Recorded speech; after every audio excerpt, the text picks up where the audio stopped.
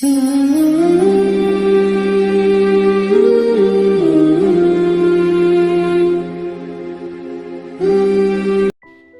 বলে আমাকে পেয়ে সব ভুলে যাও, সময় বলে আমাকে অনুসরণ করো, বাকি সব বাদ দাও। আর ভবিষ্যৎ বলে আমাকে নিয়ে বেশি বেশি ভাবো, আর বাকি সব বাদ দিয়ে দাও। আল্লাহ বলে, হে বান্দা, তুমি আমাকে বেশি বেশি স্মরণ করো, তাহলে আমি তোমাকে সব দিব। সবকিছু থাকা মানে ঐশ্বর্য নয়, ঐশ্বর্য হলো আত্মার তৃপ্তি। আসসালামু আলাইকুম, কেমন আছেন সবাই? চলে আসলাম ইউটিউব চ্যানেলের রাহিন ডায়েরি থেকে আরেকটি নতুন ব্লগ ভিডিও নিয়ে আপনাদের মাঝে। আমার এই নতুন ভিডিওটি দেখার জন্য আমি সবাইকে আরেকবার আমন্ত্রণ জানাই।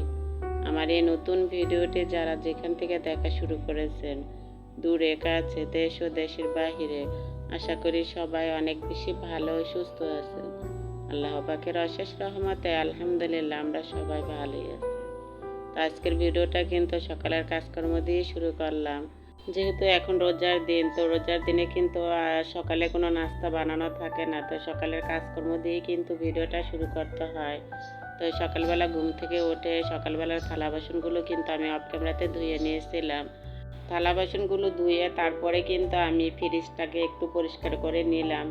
আর এখন যেহেতু রোজার দিন, তো আমার কাছে মনে হয় যে রোজার এই দিনে ফ্রিজ একটু বেশি ময়লা হয়, যেহেতু ফ্রিজটা আমাদের বারবারই খুলতে হয়। তো ফ্রিজের বাহিরের অংশটুকু কিন্তু হাতের ছাপগুলো বসে থাকে। তবে আমি কিন্তু সব ফার্নিচারের সাথে সাথে ফ্রিজটাকে এভাবে পরিষ্কার করে রাখি প্রতিদিনই। তো রাহিন কিন্তু স্কুলে গিয়েছিল, তো ওর আব্বু কিন্তু আবার স্কুল থেকে ওকে নিয়ে আসছে। আর ওকে নিয়ে আসার সময় কিন্তু ওর জন্য কিছু নাস্তা নিয়ে আসছে, যেহেতু রাহিন ছোট মানুষ, ও কিন্তু আর রোজা রাখতে পারে না। তবে রাহিন কিন্তু কয়েকদিন কান্নাকাটি করছিল রোজা রাখার জন্য, তা আমি কিন্তু ওকে রাখতে দেই নাই, কারণ ওর যেহেতু স্কুল আছে। তা আমি ওকে বলছিলাম, বাবা তোমার যখন স্কুল বন্ধ হয়ে যাবে তখন আবার তুমি রোজা রেখো। তো ও স্কুল থেকে এসে তারপরে কিন্তু অনেকটাই ঘেমে গিয়েছিল, যেহেতু অনেক গরম পড়েছে এখন। তো স্কুলে কিন্তু অনেকই গরম, যেহেতু বাচ্চারা অনেক বেশি থাকে। তো ও কিন্তু গরমে অস্থির হয়ে গেছে, তো ওর জন্য কিন্তু ওর আব্বু একটা ঠান্ডা জুস নিয়ে আসছে। জুস আর রুটি কিন্তু ওকে আমি দিয়ে দিলাম, তো ও কিন্তু আজকে নিজের হাতেই খাচ্ছে।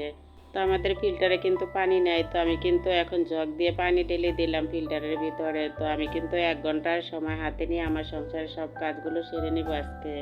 তো শুধুমাত্র কিন্তু আমি 1 ঘন্টা হাতে রেখে তারপরে সংসারের কাজে লেগে পড়লাম। তো ফিল্টারে পানি ঢেলে তারপরে কিন্তু সোফাগুলোকে গুছাতে চলে আসলাম, যেহেতু রাহিন ছোট মানুষ, তো সারাদিনই কিন্তু সোফার ভিতরে উঠে লাফালাফি করে। আর ঘরে যদি ছোট বাচ্চা থাকে তাহলে কিন্তু ঘরগুলো একটু অগোছানোই থাকে, ছোট বাচ্চারা তো আর গুছিয়ে রাখতে পারে না। তো ওরা খেলাধুলা করে ঘরগুলো কিন্তু বেশ অগোছালো করে রাখে। তো আমার যেহেতু মেয়ে নাই, তো আমার কিন্তু 3টাই ছেলে, তো ছেলেরা তো একদম একটু অগোছালোই থাকে।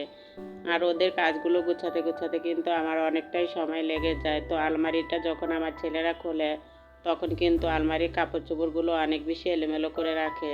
তো এই আলমারির কাপড় চোপড়গুলোও কিন্তু আমি প্রতিদিনই এভাবে আবার ভাঁজ করে রাখি।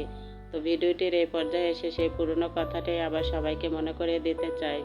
যদি আপনারা আমার ভিডিওতে ছোট্ট একটি লাইক দিতে ভুলে যান, তাহলে প্লিজ ছোট্ট একটি লাইক দিয়ে আমার ভিডিওটি কন্টিনিউ করে নেবেন। আপনাদের ছোট্ট একটি লাইক আপনাদের মতো আরও অনেকের কাছে আমার ভিডিওটি পৌঁছাতে সাহায্য করবে। আর যদি আজকে আমার ভিডিওটিকে প্রথমবারের মতো দেখে থাকেন, দেখতে দেখতে যদি আমার ভিডিওটির কোনো অংশ আপনাদের কাছে ভালোই লেগে যায়, তাহলে আমার চ্যানেলের পাশে থেকে যেতে পারেন। পাশে থাকা বেল বাটন অপশনটা প্রেস করে নিতে পারেন। এতে করে আমি ভিডিও ছাড়া মাত্র কিন্তু আপনাদের কাছে পৌঁছে যাবে। আপনারা আপনাদের সময় সুযোগ করে আমার ভিডিওটি দেখে নিতে পারবেন।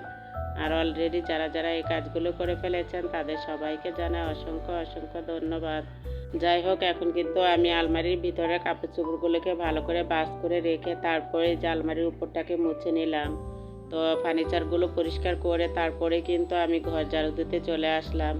তো ঘর ঝাড়ু দিয়ে কিন্তু আবার ঘরগুলোকে আমার মুছতে হবে, যেহেতু আমার কোনো হেল্পিং হ্যান্ডিং নাই। তো সব সংসারের কাজগুলো কিন্তু আমার একা হাতেই সামলাতে হয়। আর সে কারণে কিন্তু আমি সকালবেলা ঘুম থেকে উঠে আগে সংসারের কাজে লেগে পড়ি, কারণ যদি আমি একটু বসে থাকি তাহলে কিন্তু আমার সংসারের কাজগুলো আমার সাথে সাথেই বসে থাকবে।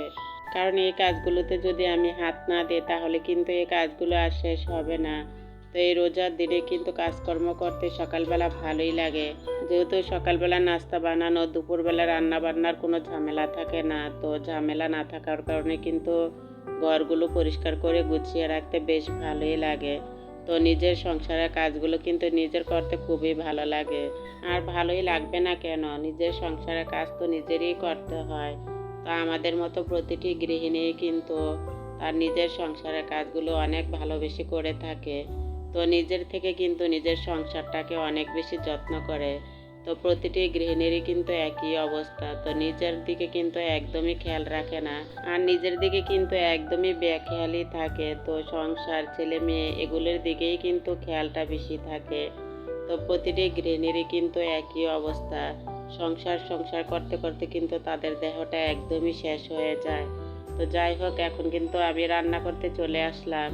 তো এই ভিডিওটা কিন্তু বিকেলের ভিডিও। তো বিকেলের দিকে কিন্তু এই যে রান্না করে নিতে হয়। যেহেতু লাইনের চুলাতে বিকালের দিকে আবার একটু গ্যাস থাকে, সে কারণে কিন্তু আমি রান্না বান্নাটা বিকেলের দিকেই সেরে ফেলি। তবে ইফতারিগুলো কিন্তু আমার সিলিন্ডারের চুলাতে ভাজতে হয়, তখন কিন্তু গ্যাসটা একদমই চলে যায়। তো সন্ধ্যার আগ মুহূর্ত কিন্তু চুলাতে একদম গ্যাস থাকেই না। সারাদিন কিন্তু ভালোই থাকে। তো সন্ধ্যার আগে কিন্তু গ্যাস একদম চলেই যায়। তবে আমি বুঝি না সারাদিন গ্যাস থাকে, তো মাগরিবের আগে দিয়ে ইফতারি বাজার সময় কিন্তু গ্যাসটা চলে যায়। তো এই গ্যাসটা যদি ইফতারির আগ পর্যন্ত থাকতো তাহলে কিন্তু সবাই সুন্দর মতো ইফতারিগুলো ভাজতে পারতো। আর এখন যে আমি কি রান্না করছি তা কিন্তু আপনাদের সাথে বলাই হয় নাই। তো আমি কিন্তু ভেন্ডি, আলু আর চিংড়ি মাছ দিয়ে রান্না করে নিয়েছি। তবে এই আলুটা কিন্তু বড় সাইজের আলু না, এটা কিন্তু বগুড়ার ছোট আলু দিয়ে আমি চিংড়ি মাছটা রান্না করে নিয়েছি। আর এখন কিন্তু আমি যে বগুড়ার আলু দিয়ে আর একটু করলা দিয়ে ভাজি করে নিলাম। তো লাইনের চুলাতে কিন্তু গ্যাস চলে গেছে। তো আমি কিন্তু এই যে সিলিন্ডারেই ভাজিটা করে নিলাম। তবে করলা ভাজি কিন্তু অল্প অল্প গ্যাসে ভাজি করলে করলাটা একদম তিতা হয়ে যায়। সে কারণে কিন্তু একটু বেশি আগুনে করলা ভাজি করতে হয়। তো যাই হোক, এখন কিন্তু আমি একটু ছেলেদের জন্য পাঙ্গাস মাছ রান্না করে নিব। যেহেতু আমি পাঙ্গাস মাছ খাই না, তো আমার জন্য কিন্তু আমি আলাদা করে চিংড়ি মাছ রান্না করে নিয়েছি। আর ছেলেদের জন্য কিন্তু এখন পাঙ্গাস মাছটা ভুনা করে নিব। তো পাঙ্গাস মাছ ভুনা করার জন্য কিন্তু আমি এখানে পেঁয়াজ দিয়েছি। আর যখনই আমি পাঙ্গাস মাছ ভুনা করি, তো পাঙ্গাস মাছ ভুনা করার সময় কিন্তু পেঁয়াজের সাথে আমি 2 পিস তেজপাতা দিয়ে দেই। তো আজকে কিন্তু আর পাঙ্গাস মাছটা ভেজে রান্না করি নাই। তো আজকে কিন্তু পাঙ্গাস মাছটা কষিয়ে রান্না করে নিলাম। তো কষানোর পর কিন্তু আমি এখন একটু জিরার ফাঁকি দিয়ে দিব। আর জিরার ফাঁকি দিয়ে তারপরেই কিন্তু আমি চুলা থেকে তরকারিটাকে উঠিয়ে নেব। তো ভিডিওটা কিন্তু আর আজকে আমি লম্বা করব না। ইফতারির ভাজা পোড়া কিন্তু আর আজকে আপনাদের সাথে শেয়ার করব না। তো আমি কিন্তু রান্না করে তারপরে ইফতারিগুলো ভেজে নেব। আর এতক্ষণ যারা যারা ধৈর্য ধরে আপনারা আমার ভিডিওটির সঙ্গে ছিলেন আর আপনাদের মূল্যবান সময়টুকু আমার ভিডিওতে দিয়েছেন, আর সে কারণে আপনাদের সবাইকে জানাই অসংখ্য অসংখ্য ধন্যবাদ। আর ভিডিওতে যদি আমি কোনো ভুল ত্রুটি বলে থাকি তাহলে আপনারা আমাকে সবাই ক্ষমা সুন্দর দৃষ্টিতে দেখবেন।